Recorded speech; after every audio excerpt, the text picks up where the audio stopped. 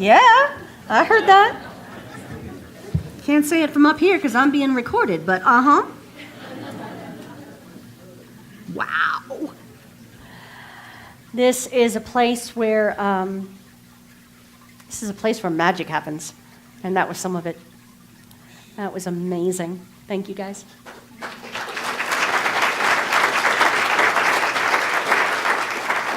And for those of you who don't know, they're used to performing with one more person, so we're sending our love down to Cerise and her owie foot. And so, wow. Just wow. I know Cerise has an album on which you perform, yes? And that is one of the songs. You have 2 albums. She has 2 albums. But you're claiming hers, so essentially you have 2 albums. Exactly. See how that works? We let Spirit do the work, and then we claim the good. That's pretty much all I have to tell you today. So what I also know is that I want to express my gratitude and just overwhelming joy for the 20 people who showed up yesterday to redefine one of our primary values, which is inclusivity. So if you were here yesterday, could you just stand up for a second, please? These are the people who held your consciousness yesterday and spoke your truth for you.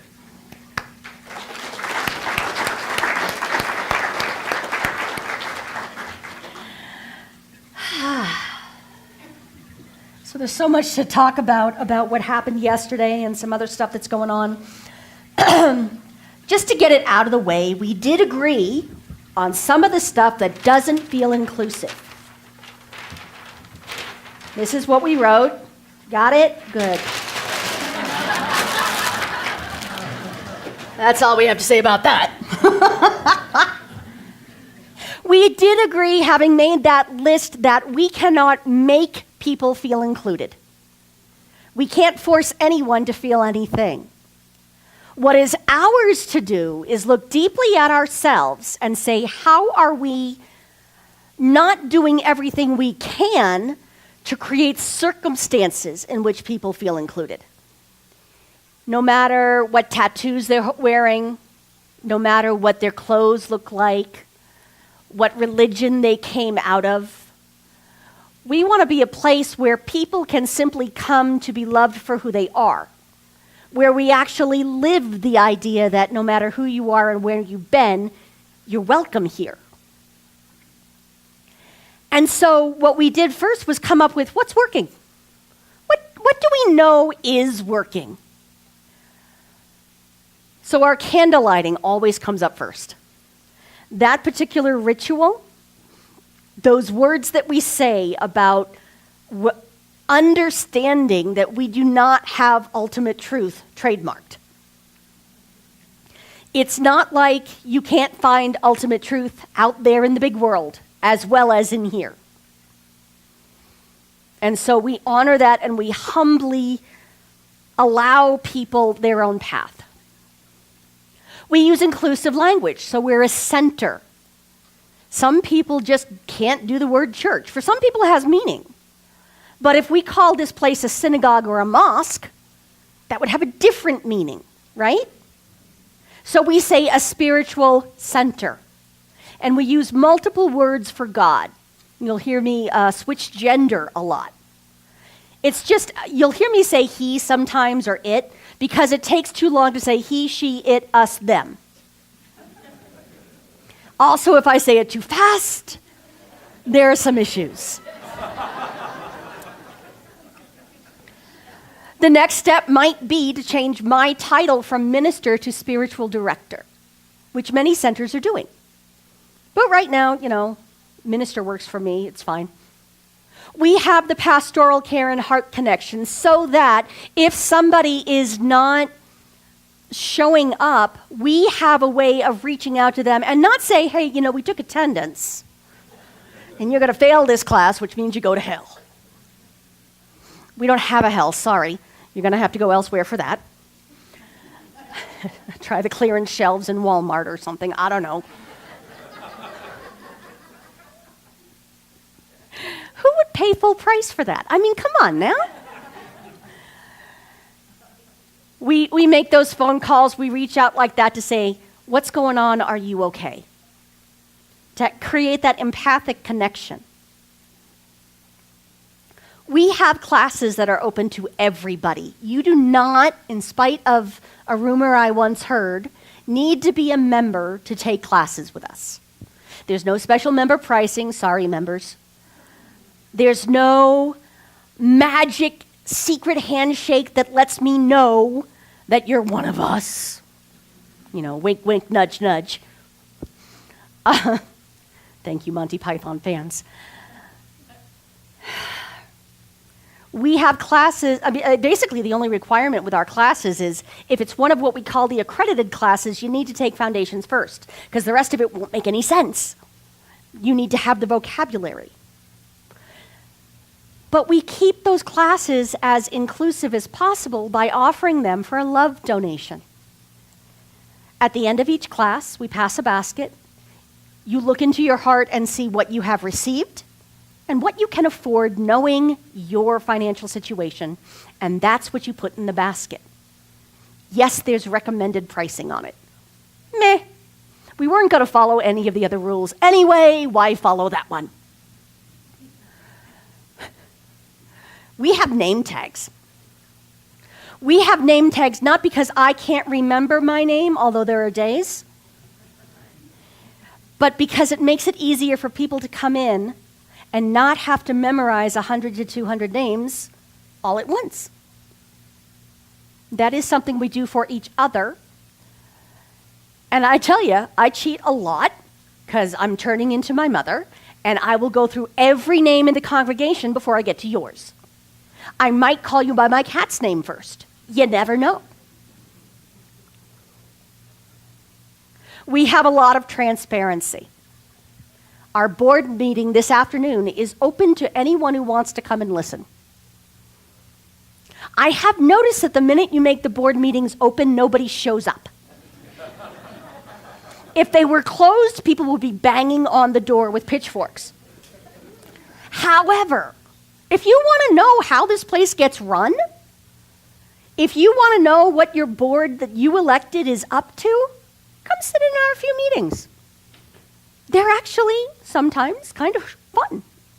You know, maybe the budget one isn't, but I have fun with it because I make it my own. We also have our financials in a book that's out in Sibley Hall. And when we have them on the board, you have them. If you want to know what's going on with the money, it's all out there. If you don't know how to read an assets statement or a balance sheet, ask one of us, not me. I'm still asking, going, why do we have depreciation on here? It doesn't matter to us. But that's just me. So that's what is right now. That's how we operate. And I will suggest to you, and I would argue to anyone outside of here, that we are doing very, very well. We are financially solvent because we have good stewards, and we have a long history of good stewards and generous givers. We have a group of policies that, although they are not yet written down, they will be. They're all up here right now. That are fair and that are inclusive and that express love and acceptance. So that's a good thing. That's what's normal for us. And is it possible that the divine being who created all of us can do even better for us, through us? So there's a big visioning thing we did. And we decided to do what I call dream weaving.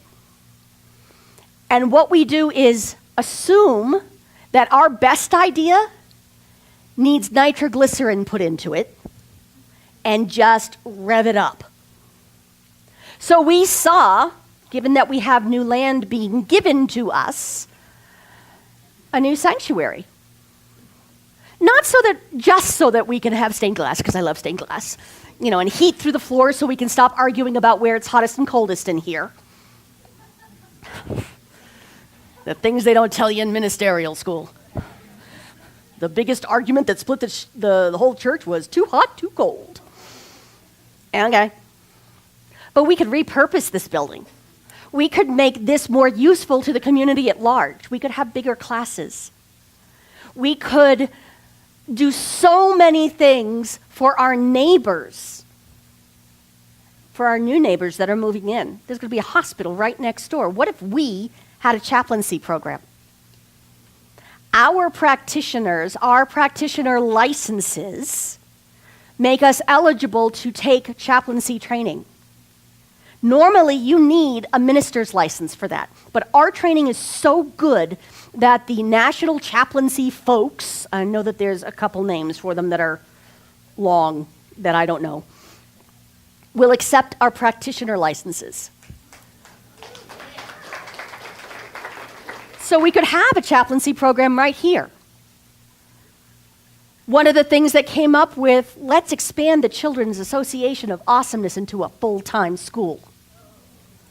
Could you imagine K through 8? Kids coming through our center that know that they are creating not just the future, but now. I think that would be awesome. If I had kids, I'd bring them here. A theater arts circle was visioned. We have great writers here. We have great musicians here. We have a lot of people here with a lot of talent.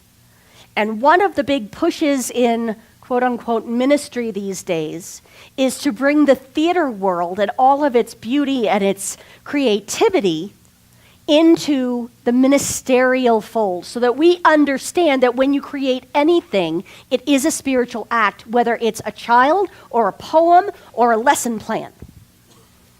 So a school and a theater arts club, which is why I think if we do a new sanctuary, I would love it to look like the old Globe Theater and do theater in the round. I started as a theater major, folks. This is what I care about. Where we are completely eco-friendly. Part of the reason for having the heating in the floor is because it doesn't waste energy. You can see the beginnings of that in our hospitality section. They just very quietly, did you notice, switched over to regular coffee mugs and little plastic plates, thank you. I almost said table, I must be hungry. Little plastic plates and healthier food than we used to have. Did you notice that? Isn't it awesome? You know, we've had the dishwasher that would have allowed that for the past, 4 years. And that was gifted to us.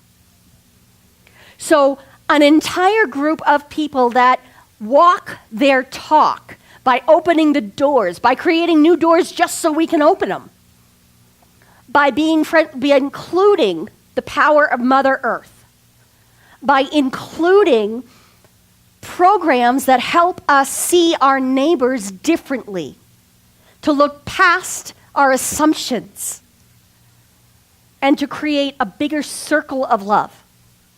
That is what could be. That could be our new normal. Our new normal could be classes that are always full. Now, I want to show you what is right now. So, Albert, I'm going to ask you to come up.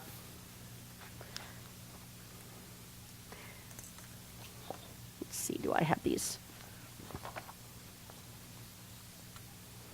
We had a foundations class. And stand, you don't have to come up, but stand as I read your name, please. Albin Wisniewski. Thank you, dear.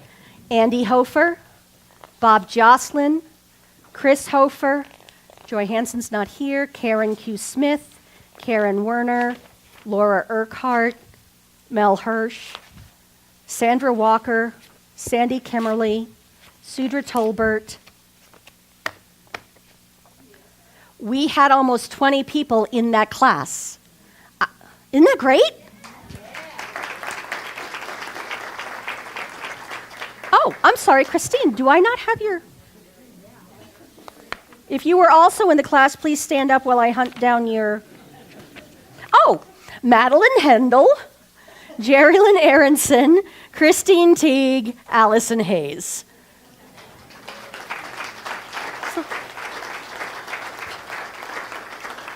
So, Albin, could you explain to these people just what happened for you and your major demonstration?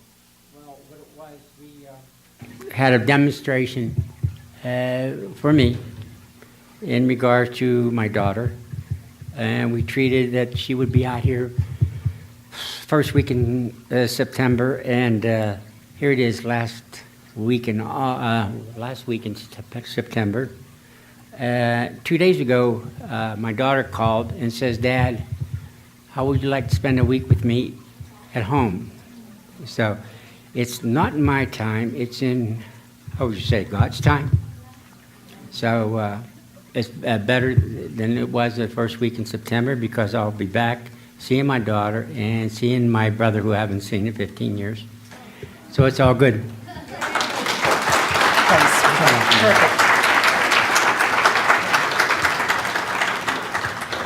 So the demonstration came because we, as a class, wrote a spiritual mind treatment. The energy in that room was amazing. And one of the things I can tell you about those classes is that they get better.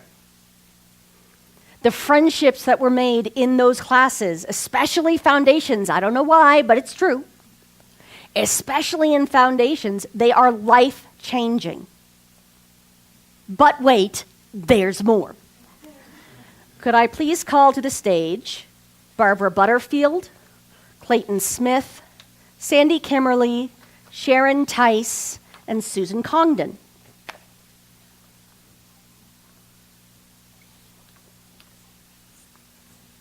Do you want a hand up? Okay. Hi. Hi. This was also a very special class.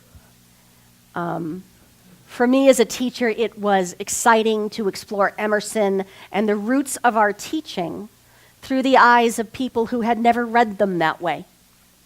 So, Susan, here's your certificate.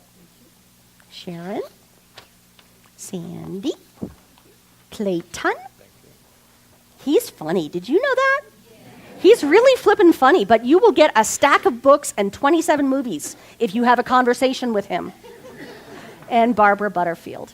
Now, Sharon has agreed to share a little bit about what the experience of being in that class was like for her.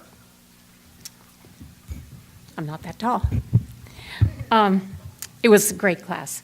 As she said, Clay number 1 is hysterical, and we all joined in. We explored people who influenced Ernest Holmes, our founder, from the transcendentalist Ralph Waldo Emerson, to the logical, scientific, judicial presence of Thomas Troward, and then to Emma Curtis Hopkins, whose roots were based in Christian Science. And these people had an influence on Ernest Holmes. We did a lot of reading, a lot of discussion, and used a lot of humor. So I would say basically we did 2 things. We laughed and we learned, and it was a great class. Thank you. You guys can go ahead and sit down. I'm not going to make all of you talk, mostly because it's my mic. So you know what these people have in common? The people who stood up and the people who stood up to speak? They showed up. They showed up to do the work. They read the books. They did the homework. They created something new for themselves. They did the work. I have an old friend who used to say that a great Sunday talk will change your weekend, which is cool because, the weekend's only one day left, and so no pressure here. A great class will change your life, but you need to show up for it. To be practicing inclusivity, we must include ourselves physically. We must be willing to show up and grant us the gift that we would wish for other people. I didn't hear anybody out there say, oh, that's a really bad idea to teach kids this stuff.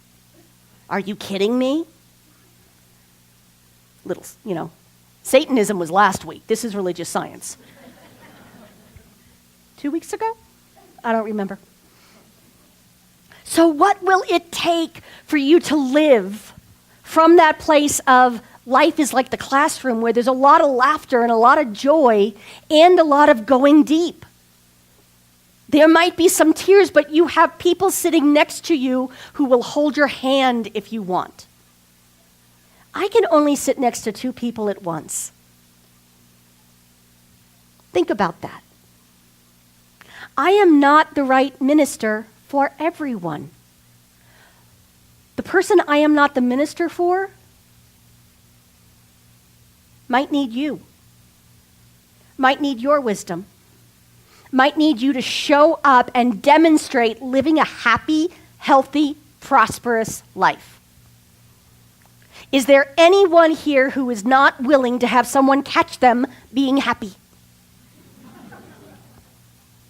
Guys, I have been caught dancing and singing in the file room by my staff in my life. You survive the embarrassment. The blush goes away eventually.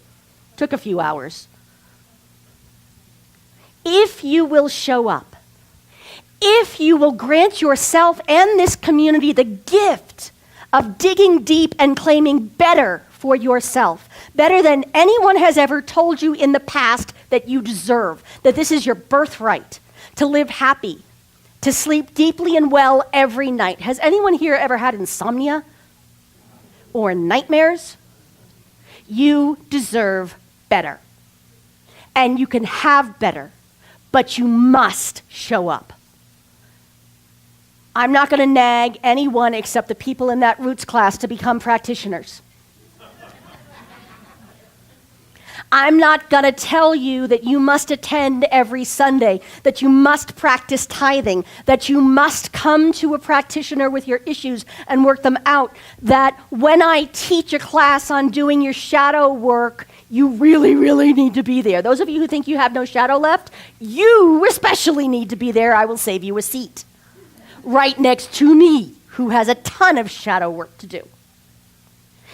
If you will show up for it, all of this energy that has been building within the center has some place to go. It filters through you and improves your life. It's like somebody won the lottery, but nobody will take the money. Can you imagine? Me neither. And yet, here we are. Here we are. We have all the pressure and the energy of a creative force that is pushing up against us. And it needs some place to go. That would be here. That would be now. That would be this time and this place. So there's a few things to think about. Yesterday I got into one of those YouTube groups where you put it on autoplay and don't realize, and so it just keeps sending you really cool stuff. I never did get to the cat videos, but I got pretty deeply into Simon Sinek. Does anyone know who that is? He's an amazing, motivating leader, trainer type person. He talked about the Navy SEALs. He talked about who passes BUDS training, which is considered some of the most strenuous, stressful, physical and mental and emotional time in anyone's life. They do that on purpose to weed out the people who can't make it. Navy SEALs are incredible. I don't follow a warrior's path. I don't understand a warrior's path, but I get that they're the real deal. As a matter of fact, there was a movie that somebody did about the Navy SEALs, and the stuff the actors were asked to do was so hard, they had to recast the movie with actual Navy SEALs, because nobody else could do this stuff. The person who was asked, so who passes the BUDS training, said, I don't know. I don't know when I look at that crowd who will actually pass, but I'll tell you who won't. The people who are already giving orders for other people to do stuff. excuse me, the people who, and he referred specifically to the men in this case, who looked like they had swallowed, helium balloons or something because they can't even put their arms down. I don't understand that, but okay. So for some people, that's their thing. Those people were not going to pass. The people whose identity was all about being tough and being self-reliant. Sorry, well, Ralph, but self-reliant can get us in trouble too. You know who passed? He said some of the people who passed were the ones who were shivering in fear during some of those exercises. They were the ones who were skinny and didn't necessarily look like a Navy SEAL. But he could tell the ones who were going to pass because when they were exhausted at the end of a very long day, when they had been freezing their tuchai, their collective tuchuses, off in the Pacific Ocean, when they had been tested to their limits, they found a way to help the person next to them. Those were the people who were going to move forward. Those were the best of the best. I'm not going to ask you to carry great big logs and lay down in the Pacific Ocean and just stay there for a very long time. Why? Because I won't do it either. I won't ask any of you to do anything I don't do. But if we are to be the metaphorical, metaphysical Navy SEALs, if we are to be the best of the best, if we are to be the light, the place where the world that works for everyone starts, if we are to be ground zero for heaven on earth, then we must be willing to do that which it takes to live in that world. I will tell you right now, I've been working with my coach personally, working very flippin' hard, and I still love her, and I haven't hung up on her once, on being willing to accept support. Because my shadow side says, I'm the one who's responsible for all of it. My shadow side says, these people are paying me a paycheck, now I need to earn it. And there is truth in this statement, but there is a greater truth in something else Simon Sinek said. That we train people to be managers, to do the job that needs to be done, to be responsible, to be in charge. But leaders are responsible for those in their charge. There's a difference. Because I'm doing the work, because I'm dealing with my shadow side, I am finding that my job, the reason I show up here is to teach you how to rise up as leaders, how to be the best you that you can be. I will teach you. I will teach anyone who will come to me. Now, we have examples out there of this working. We have examples in our movement of how this works. There's a place that keeps being put in front of me as the example, as what we call the mental equivalent or spiritual prototype. And that is the center in Santa Rosa. There is a center in Santa Rosa that is huge, and they've got the inclusivity going on. Now, part of that is they also have Reverend Dr. Edward Viljoen. And if you haven't been in his presence or learned from him, I can't explain, but dude, really? Really? This is what I also know. He's been there since 1995. So he's been their leader for more than 20 years. They have a senior minister, a chief operating officer, and one assistant minister, and 4 staff ministers. And then 13 civilians on staff. He is not the person doing it. Edward Viljoen is an amazing man, but he is not the person doing it. It's all those staff ministers that talk to the rest of the congregation. It's those 13 people on staff doing the day-to-day talking to people work. That too is ministry. I call it ad ministry instead of administration. But it's those day-to-day conversations where the healing happens, right? It's our day-to-day life, not just an hour on Sunday, that we want to rise up and be happier in, right? It's not that I'm going to sit there and sing you a lullaby so that you get over your insomnia. Trust, it won't work, because I sing loud.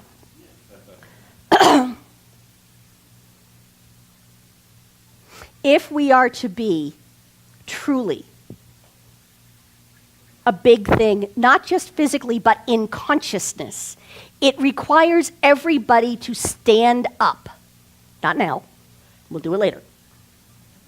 It requires people to metaphorically and metaphysically stand up and do their own work. What if on the other side of that thing you fear is the life that you want, and the only thing standing in your way is your fear of it? Would it be worth it to you to make the jump? Okay. Because I promise you, as someone who gave up on life several times, as someone who at 16 tried to get the hell out of it, this other side rocks. The other side is worth it. It's worth every nightmare. It's worth every tough session. It's worth every tear. It's worth every giggle because you can't think of anything else to do. It's either laugh or cry, and at this point, you're out of tears. This life on the other side, this life that is no longer normal but is becoming a whole new definition of normal, this life where we include the divine in each and every one of us, it is worth the work. So we talked about group outreach, and we talked about having had that meeting where we visioned big over and over and over. We've had that meeting here before. The only difference is, right here, right now, we have the ability to put it into play. Or coast along, have fun Sundays, and then have the meeting again in 6 months. Guess which one I'd rather do? We have this. We've got this. If you don't think you've got this, hold on to the hand of the person next to you. You absolutely have the Christ within you. How much more spiritually powerful do you really think you need to be? How much more joy are you willing to have in your life? All it's going to take is for you to stand up. And if you're willing to do it now.